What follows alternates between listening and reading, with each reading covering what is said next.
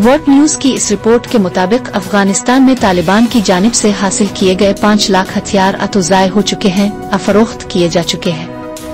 और दूसरे ग्रोहों को स्मगल किए जा चुके हैं,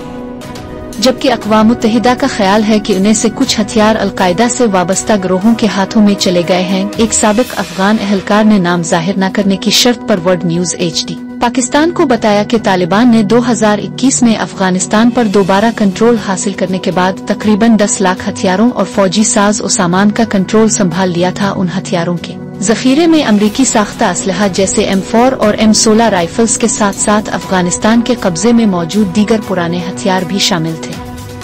जो दहाइयों से जारी लड़ाई के बाद पीछे रह गए थे।